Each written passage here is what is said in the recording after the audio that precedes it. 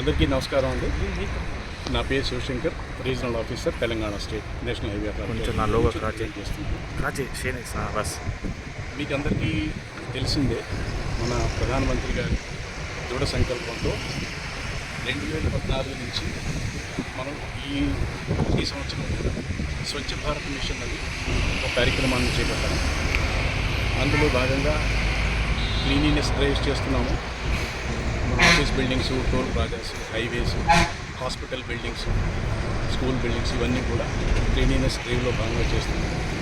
అందులో భాగంగానే plantation drive కూడా ప్రతి సంవత్సరం చేసుకుంటూ వస్తున్నాము.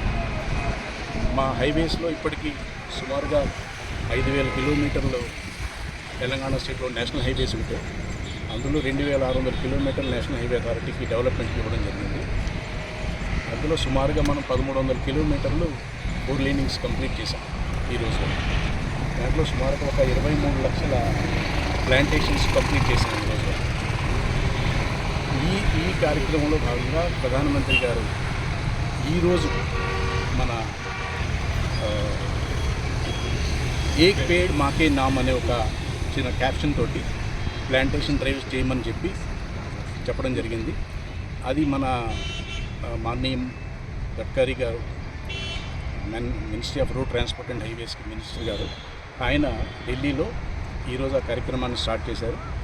అదే టైంలో మనం కూడా ఇక్కడ ఆల్ ఓవర్ ఇండియాలో సుమారుగా 250 ప్రాజెక్ట్ ఇంప్లిమెంటేషన్ లొకేషన్స్లో ఈ ప్లాంటేషన్ డ్రైవ్ని స్టార్ట్ చేయడం జరిగింది.